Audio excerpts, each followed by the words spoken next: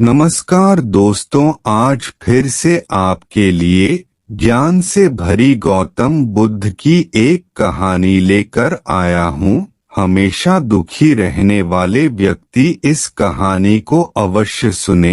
आज के समय में ऐसे ही बहुत से लोग हैं जो किसी भी चीज को अपने दुख का कारण बना लेते हैं और सोच सोच कर दुखी होते रहते हैं कि मेरे पास ये चीज होती नहीं होती है, तो सोचते रहते हैं और उसे अपने दुख का कारण बना लेते हैं। इस कहानी से आपको जीवन का बहुत अच्छा ज्ञान प्राप्त होगा।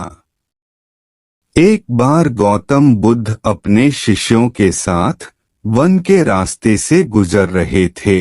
बहुत देर वन में चलने के बाद बुद्ध और उनके सभी शिष्य एक विशाल पेड़ के नीचे बैठ जाते हैं। उस पेड़ के नीचे एक अलग सी शांति थी। सभी लोग उस शांति का अनुभव कर रहे थे। कोई भी एक शब्द नहीं बोलता।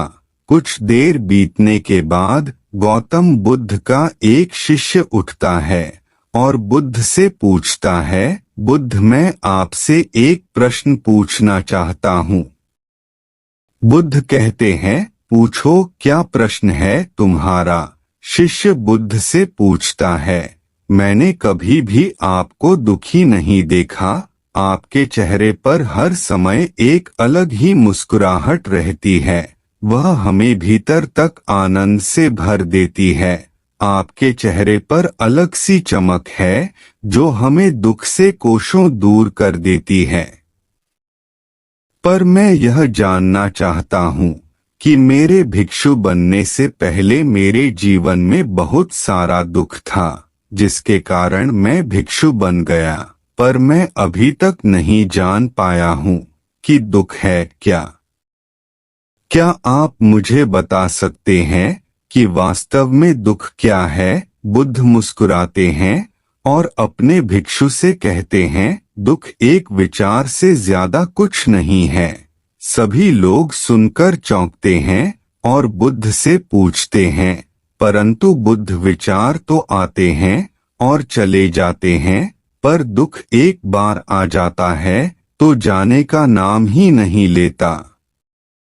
बुद्ध कहते हैं, मैं तुम्हें एक छोटी सी घटना बताता हूँ। एक नगर में एक धनी सेठ रहता था। उसके पास एक वफादार नौकर था। वह सेठ अपने नौकर पर बहुत विश्वास करता था। वह सेठ अपने नौकर पर कभी भी किसी बात के लिए भी शक नहीं करता, क्योंकि उसका नौकर वास्तव में ही बहुत ईमानदार था। एक बार उस सेठ को किसी काम से बाहर जाना पड़ा।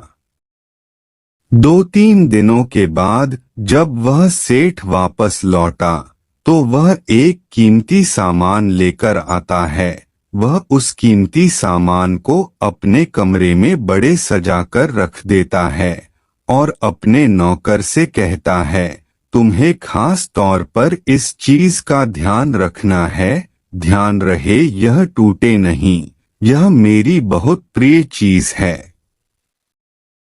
नौकर कहता है, मालिक, मैं इस सामान का पूरा ध्यान रखूंगा, आप चिंता न करें। अगले ही दिन वह नौकर पूरे घर की सफाई कर रहा होता है।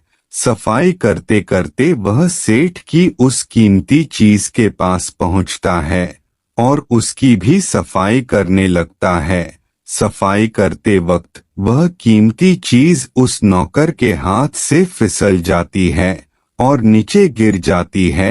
सेठ को यह बात पता चलती है और वह नौकर के पास आता है और नौकर को खूब डांटता और धमकाता है, पर न तो वह उस नौकर को नौकरी से निकाल सकता है और ना ही उसे पीट सकता है, क्योंकि वह उसका बहुत वफादार और पुराना नौकर था। इसलिए वह उसे डांट धमका कर ही उसे छोड़ देता है। सेठ अपने उस कीमती चीज के बारे में सोच सोच कर बहुत दुखी हो जाता है। रात होती है और सेठ अपने कमरे में लेट जाता है। सेठ को नींद नहीं आ रही होती है। वह बहुत बेचैन होता है। बेचैनी के कारण सेठ अपने कमरे से बाहर निकलता है और देखता है कि उसका नौकर निश्चिंत होकर खराटे ले लेकर सो रहा था। वह यह देखकर और क्रोधित हो जाता है। सेठ सोचता है, इसने मेरी इतनी कीमती चीज तोड़ दी और इसे बिल्कुल भी चिंता नहीं है। मुझे यहाँ नींद भी नहीं आ रही है और यह आराम से सो रहा है। सेठ अपने कमरे में वापस चला जाता है। अगले दिन सुबह सेठ सोचता है, मैं इस समस्या से कैसे निकलूं? फिर सेठ को एक तरकीब समझ आती है।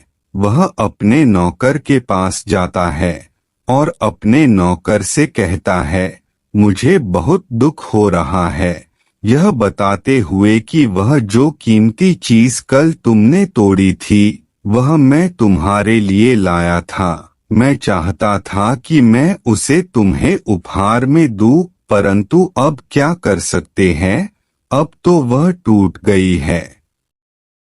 सेठ की बात सुन नौकर को धक्का लगा। नौकर सोचता है, अरे यह तो बहुत बड़ी गलती हो गई। वह इतनी कीमती और महंगी चीज मेरे लिए लाए थे और वह मुझसे ही टूट गई। फिर क्या उस नौकर के मन में बेचैनी पैदा हो जाती है, दुख पैदा हो जाता है। रात होती है और सेठ आराम से सोता है और वह नौकर बेचैन रहता है। उसे नींद नहीं आती है। क्यों नींद नहीं आती?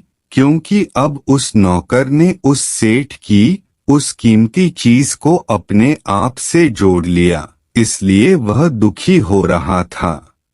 पहले उस नौकर के मन में यह विचार नहीं था कि वह कीमती चीज मेरी है, पर अब उसके मन में यह विचार था कि अगर वह कीमती चीज न टूटती तो वह मेरी होती। बुद्ध कहते हैं, दुख केवल एक विचार है और यह विचार कैसे उत्पन्न होता है? अपने आप को किसी चीज से जोड़ने से। हम जिस भी चीज को अपने आप से जोड़ देते हैं वह चीज हमारे दुख का कारण बनती है, लेकिन वास्तविकता तो यह है कि कोई भी चीज हमसे जुड़ नहीं सकती। हर चीज आपके पास है, आपकी है, पर कुछ समय के लिए, कुछ समय के बाद वह आपसे दूर हो जाएगी। उस दूर होने की घटना को स्वीकार करें और आगे बढ़े। तो दोस्तों, गौतम बुद्ध की यह कहानी आपको कैसी लगी? उम्मीद करता हूँ इस कहानी से प्राप्त ज्ञान से अब आपके जीवन में सकारात्मक बदलाव जरूर आएगा। दोस्तों, यह कहानी आपको कैसी लगी हमें कमेंट में जरूर बताएं।